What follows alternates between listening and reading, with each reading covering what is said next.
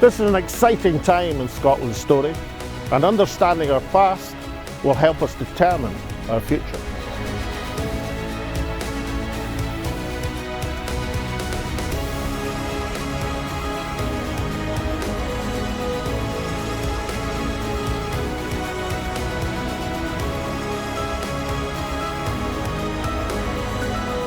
And when Scotland's voice is heard, it charts the way forward.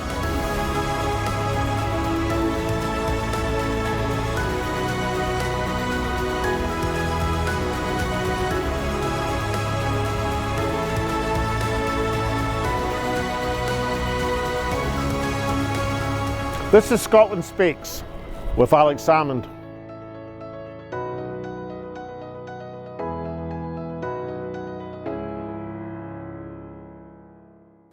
Welcome to Scotland Speaks with Tasmina Ahmed Sheikh at our premiere broadcast time of 10 o'clock on a Saturday morning. Afore the football. Indeed, afore the football, as Tasmina loves to say, and before these wonderful family pursuits that you could all be getting up to on a Saturday, instead of watching the Scottish Premier League as it approaches the climactic part of the season. And now in this role reversal episode, it's Tasmina who's going to tell us what the subject matter is for today's show.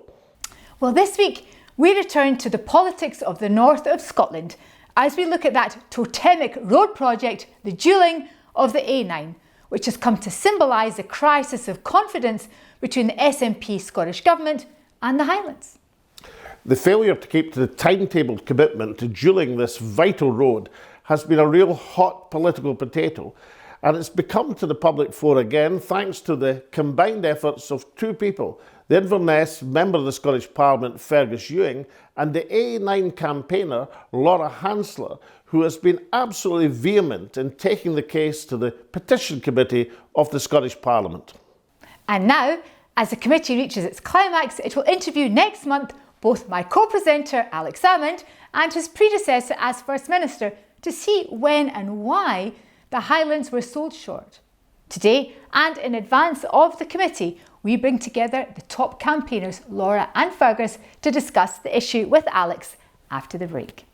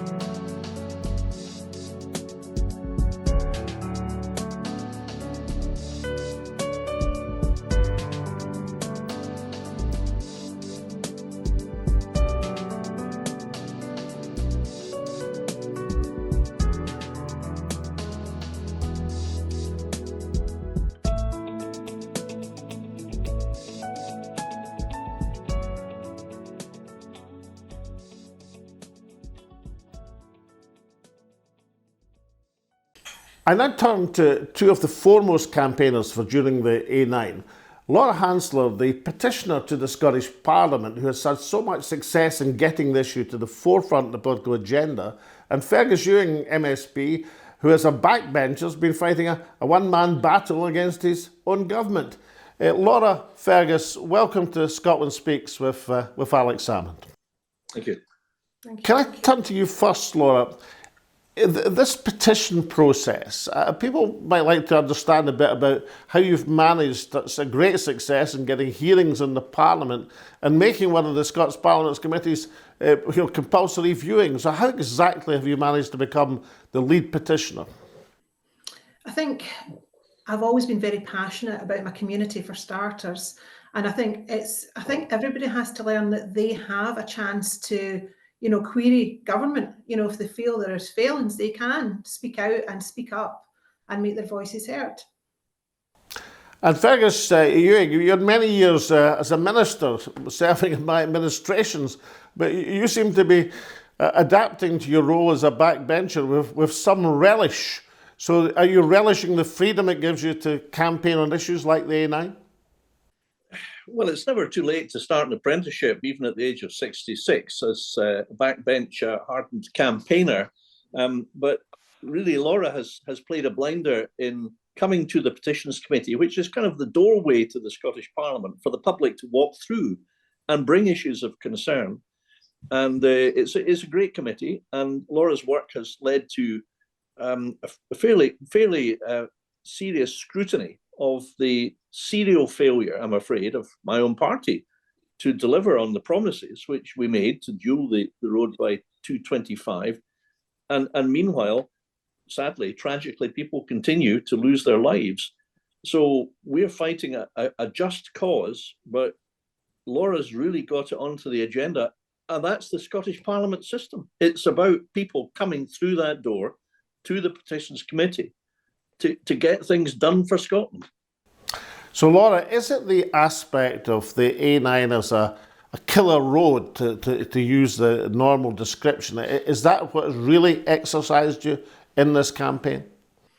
I think, sitting in one of the communities that lies directly on the A9, there's only so much you can take. There's only so many sirens you can hear during peak holiday season. And every time you start to think, when will it be my loved one? You sit with your heart in your mouth. So for me, having a social conscience, I'd had enough at this point in time. And Fergus Ewing, the government has now accepted that the A9 is above average in terms of fatalities and accident and incidents. What is it about the road that makes it so inherently dangerous?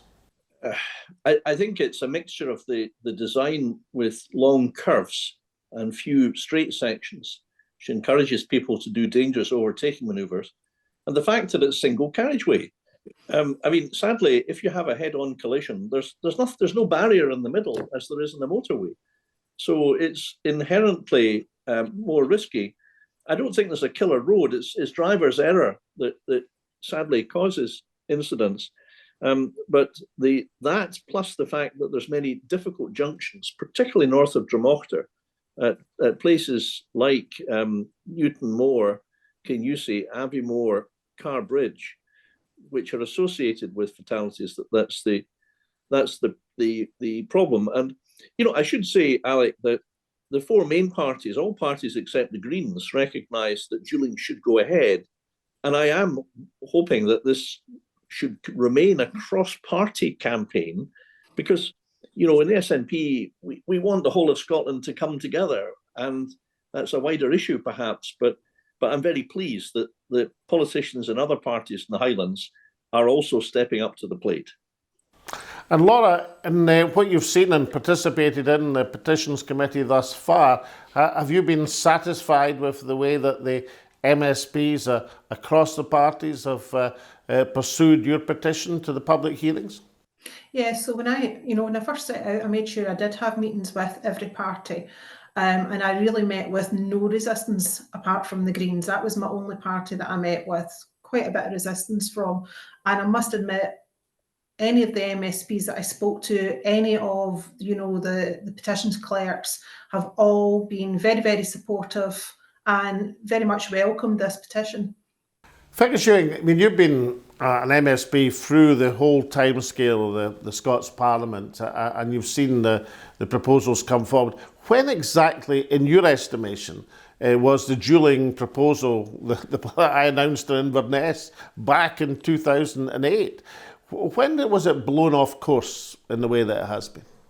I think around about 2016, 2017, it just ceased to become a priority. And now we will be asking both yourself, Alec, and your successors, the former First Ministers, what happened. That's part of the scrutiny, and there shouldn't be any exemptions, nor will there be.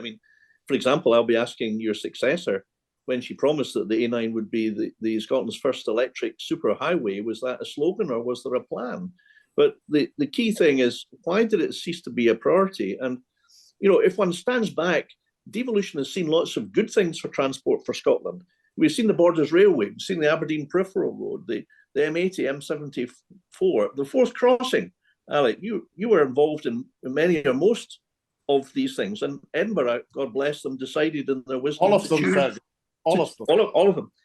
Edinburgh, in their wisdom, decided to choose trams. Well, you have your tea and then you eat it. But the point is, every other part of Scotland, populous part, has had their transport improvements, and that's good. I don't begrudge that. It's our turn now in the Highlands, and that means the A9 and also the A96 from Inverness to Aldern, including the Nairn bypass. And the other argument is the economic one, because the Highlands and Islands are going to be the powerhouse of renewable energy over the next 20, 30 years with massive opportunities. And are we really saying that people from all over the world have got to navigate this goat track in order to get to their place of work?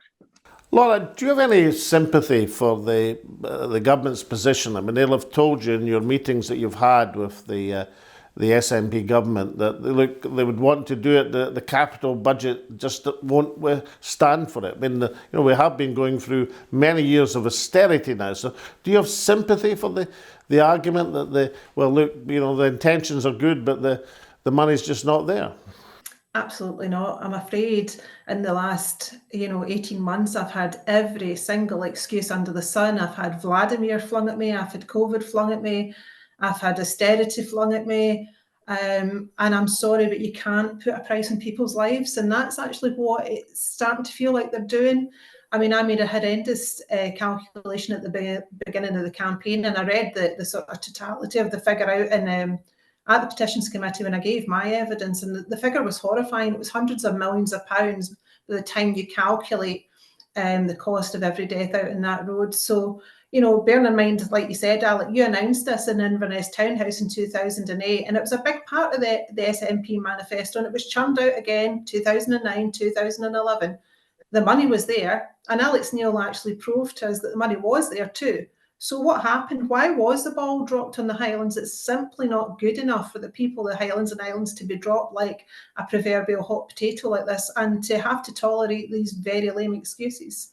And Fergus Ewing, I mean, is there any semblance of sympathy that you might have for the technical difficulties in awarding the contracts and all the things that seem to go wrong? Is there any semblance of truth in any of this? I mean, Laura says that Vladimir was cited as a reason. I'm not sure if that was Putin or Zelensky, but one of them certainly was. Are there any of these reasons hold any water whatsoever? No, and the fact that they've extended plainly bogus reasons has simply added salt to the wound and made people even more angry. I think what Hamza should have done is said, I'm sorry, we've got it wrong, and we're going to put it right. And when people in their lives make mistakes, that's what they have to do. And to put it right, I mean, even although the capital position is challenging for the next 2 years, the work isn't going to be done over the next 2 years. It's going to be done over the next 10 years. And therefore, there's £4 to £5 billion, Alec, a year of capital. We only require about a tenth of that for the Highlands. But is the Highlands important enough? Or will the green tail wag the big yellow dog yet again? And we see money going to all sorts of wheezies, schemes, deposit returns, active psycho lanes, hate crime enforcement, goodness knows what. Or will the Highlands be the priority? Hamza says so. He says it's a cast iron guarantee. But he's also said that in 2025, the commitment to dual north of Dromochter will be looked at again, and it could be dropped. So my challenge to Hamza is remove that ridiculous caveat. It's not good enough. It does not wash. And, until we get that categorical assurance, I'll be up on my hind legs in that Holyrood chamber, hounding Hamza until he regrets that he didn't just do the job properly in the first place.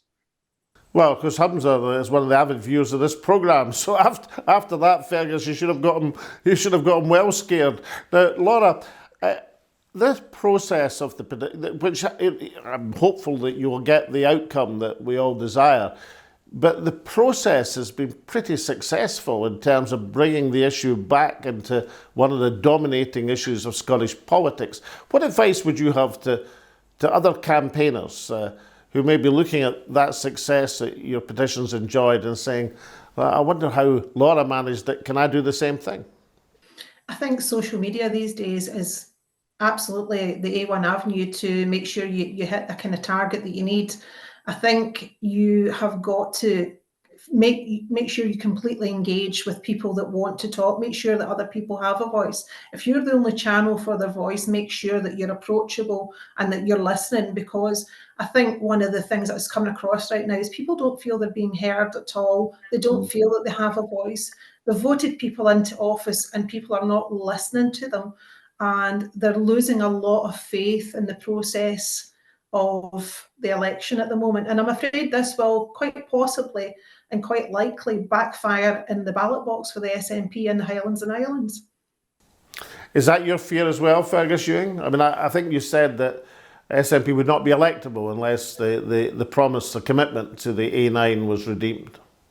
Yes, it is. And it was one of your predecessors, Donald Stewart, who said that public trust is based on private confidence. And if people as a whole in Scotland are to have confidence in us privately, then we can succeed. But if we break promises, serious promises about things that really matter, such as dueling the A9, then that confidence is broken and that trust is gone. It's not complicated. It's very, very simple. And sadly, already we have lost confidence, lost trust, and we need to win it back. And only by being directly honest about how we're going to put it right can we win that back. So there's still an opportunity, Alec, but time is marching on, and that opportunity, as time marches on, reduces as long as Humza and Fiona Hislop refuse to do the right thing and make sure that the promises are free of caveats, ifs, buts, hums and haws, but are direct, honest and credible. And Laura, I'm going to give you the final word as the petitioner. In your meetings with the various MSPs, have you found people like Fergus Ewing quite human behind all that political bandage? I mean, are MSPs human beings after all? Fergus is very human, I can definitely guarantee that. I mean, Fergus and I have great in-depth chats and great banter together. And I must admit, I mean, I've been in meetings with some MSPs that I thought I would never be in meetings with, and I have found them exceptionally approachable, very human and very friendly. As I say, there was only one party that I kind of felt a bit stonewalled with. Everybody else they've been great. They have been very, very approachable and very normal human beings. Well, this is an entirely normal human being show, so can I thank you both for appearing on Scotland Speaks with Alex Salmond. Thanks, Alec. Thank you, Alec. Welcome back. Now, last week's show featured the controversial Hate Crime Act and, of course, the Hate Monster. And I'm delighted to say that we haven't fallen foul of the provisions, at least not yet. This is what Neil Hanvey had to say last week. There are fundamental flaws in the way that the legislation's been drafted. It's imprecise, which is a real problem. It lacks clarity about definitions of various instruments within it. And more importantly, it's not just about what's in the Act, it's about what's not in the Act and who's not protected by the Act. And most importantly, women who have been subjected to some absolutely horrendous abuse, both online and as they just try to go about their normal daily lives. And this is what the Right Reverend Stuart Campbell had to say also. And also, something that my solicitor said to me recently is that the way you establish where the boundaries are with a law like this, especially when it's so unclear, is that you have cases, is that you go and you arrest people and you charge them and you run it through court just to find out where the lines are, sort of thing. And that's quite a scary prospect as well. The fact that the idea of somebody just being used as a guinea pig. I mean, again, you and I relatively used to a bit of rough and tumble in the world of politics, but for normal folk, the idea of having the police come to their door and haul them off in a car and stick them in a cell and interview them under caution, it's absolutely terrifying. And this is what you had to say. Indie Boy says, that was a very good watch. It's an absolute farce that someone's sex isn't a protected category and that misogyny isn't considered as a hate crime. Quite extraordinary, as 50% plus of the population in Scotland are female. The Ravens or the Ravens says, Alex tackles the hate crime bill with some excellent guests. On now, get watching. Sheila Campbell says, the last comments on ending hate and the way to think on our lovely wee country were the most positive I've heard for a while. Joe says Alex Salmond, the only SNP leader who made sense. And finally, Dib says, the problem with the misogyny bill is that it's inherently sexist to punish sexism in one direction and not the other. Universal laws are needed, not pandering to each and every identity group separately. Now to Alex's favourite part of the show, Scotland's Hidden Heroes, sponsored by Flagship Media. Hollywood, California, and the Beverly Wilshire Hotel, probably the most famous hotel of all in this gilded city. When this hotel was being built in 1928, Hollywood was, Los Angeles was a city of some 20,000 people, and the movie industry was just about to enter its golden age as the talkies took over from the silent movies. And into the final year of her life was a remarkable lady called Lorna Moon from Strichen, Aberdeenshire. And she just had the greatest successes of her life. Lorna Moon was a sort of femme fatale. She was also one of the most gifted screenwriters of her age. She was a friend and confidant of Cecil B. DeMille, the founding father of the modern cinema. In fact, her daughter by his brother was brought up by Cecil B. DeMille, who adopted her. She just had a remarkable success in a film called Love, starring Greta Garbo, which was MGM's highest-grossing movie of 1927 and was later adapted to become, with John Garfield, a talking movie. Lorna Moon desperately, because she was dying with consumption, was trying to complete her scripts, trying to complete her book. And her book, The Dark Star, became a bestseller in 1929, and the following year was turned into a film called Min and Bill, for which Mary Dressler, a remarkable comeback, won the Academy Award for Best Actress. And The Dark Star was about Lorna Moon's early life in Aberdeenshire. Her life was truly remarkable. She ran away with a travelling salesman who happened to be staying in her parents' hotel. They went to Canada. She left him. They had a child. She remarried. She ended up in Hollywood at the end of the First World War, having written an impertinent note to Cecil B. DeMille about how bad some of her screenplays were. She then traced this remarkable trail through the Hollywood of the 1920s, all the time battling with recurrent bouts of consumption, because TB was eventually to claim her life in her early 40s in 1929. It is a tragic and incredibly romantic story, but also one which was blessed with success, because she did blaze a brief but spectacular orbit over the Hollywood horizon in the early days of this movie industry. Her book, Dark Star, is a truly remarkable work and led to Academy Award performances from some of the great actresses and actors of the day. So Lorna Moon was perhaps the most substantial Scottish influence in the early years of Hollywood, when this city was about 20,000 people strong, and when this hotel, the iconic image of the glitz and glamour of Hollywood, was just under construction. And that's why Lorna Moon of Strichen, Aberdeenshire, is a worthy entry into our pantheon of Scotland's hidden heroes.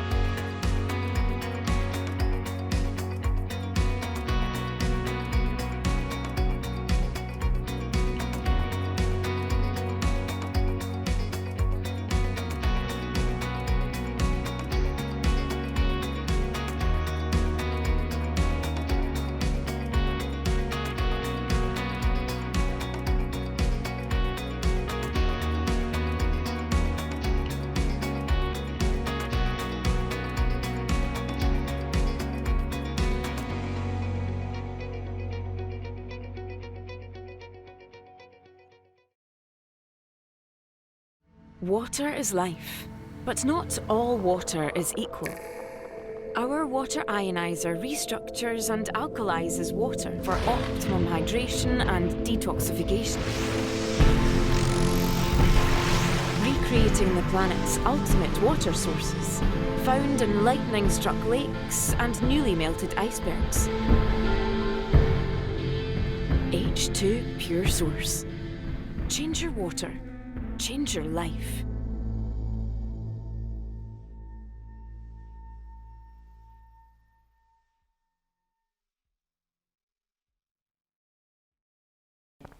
Let me see if I can explain to you why I feel so strongly, so personally strongly, about the failure of the SNP government in recent years to abide by the promised timetable to dual the A9 between Perth and Inverness. Of course, I agree with Laura Hansler that it's an inherently dangerous road, the way it moves from dual carriageway to single carriageway, and that's particularly the case for people who are not familiar with it, and particularly the case late at night. I had my own experience last year, and a very experienced taxi driver was unaware that he was on a single carriageway part of the road, and that must happen to lots and lots of people, so it's an inherently dangerous road. But there is another reason as well, and this is more in the realm of politics. You see, when I took the Scottish Cabinet to Inverness back in 2008, and it was a meeting in the townhouse of Inverness where Lloyd George had a cabinet meeting of the Westminster Cabinet, the UK Cabinet, back in 1921. And I wanted to make the commitment to the Highlands on the dualling of the A9, other road infrastructure as well, and the University of the Highlands and Islands. But I wanted to make that commitment because we were embarking on a series of infrastructure projects encompassing the whole of Scotland. The southwest of Scotland, the new ferry terminal at Loch Ryan, the Borders Railway, the Queensferry Crossing, the M80 motorway project, the completion of the M8 and the M74. These were projects, and of course the Aberdeen peripheral route, which was of great interest to myself and other folk in the northeast of Scotland. And the point was there was a huge infrastructure project for every part of Scotland. And therefore the improvements we promised to the A96 and the dualling of the A9 were the Highlands part of that contract between the government and the people. We were trying to demonstrate that we were ambitious for the future of the country, and that ambition should encompass every part of Scotland. So it ain't good enough, more than 17 years later, to say, oops, we only managed to dual about 10, 11 miles out of the 50 or 60 that we meant to. Or that it was difficult, or that there was a war broke out, or there was a shortage of construction materials, a shortage of people. These excuses just won't wash. It was a matter of a contract between a government and the people. In this case, the people of the Highlands of Scotland. But it could have been any part of Scotland. If you fail to meet a contract, then you can't expect to continue with their support. I suppose in my new position as leader of the Alapa Party, I should quite welcome the fact that the SNP are reneging on their commitments. But I don't actually, and for this reason. Firstly, I think it was about the completion of Scotland's infrastructure. I think it's a matter of common sense that the main arterial route between the lowlands of Scotland and the Highlands should be a modern dual carriageway. I think that's a matter of a national pride, national infrastructure. Of course, there's the aspects of road safety and the tragedies which so frequently occur on the road, and that should be an abiding concern for everyone. But also, it is a fundamental problem for all politicians and all parties, and for the Scottish Parliament, if a government so blatantly breaks the contract with the people. Because if you diminish confidence of one part of Scotland in the national Parliament of Scotland, then you diminish all of us and all parties. And that's therefore what I say with no misgivings. I think, Hamza Yousaf, if you're watching this show, then do exactly what Laura and Fergus Ewing said to you today. Get on with dualling the road, no ifs, no buts. Make it a cast iron guarantee and make sure it's meant, and make sure the commitment to the Highlands of Scotland is met by dualling the A9. And with that, we come to the end of this week's show entitled Scotland Speaks with Tasmina Ahmed Sheikh. If you like it, we might just keep it up. But in the meantime, we wish you well and stay safe and take care, and please do get in touch with us with your comments, questions, emails, etc. Until then, we look forward to seeing you next week, 10 a.m. on a Saturday morning before the football.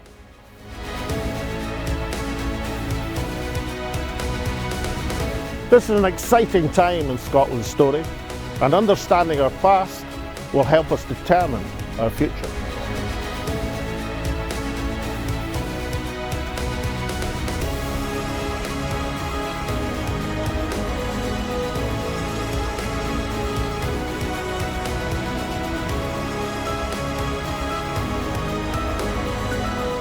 And when Scotland's voice is heard, it charts the way forward.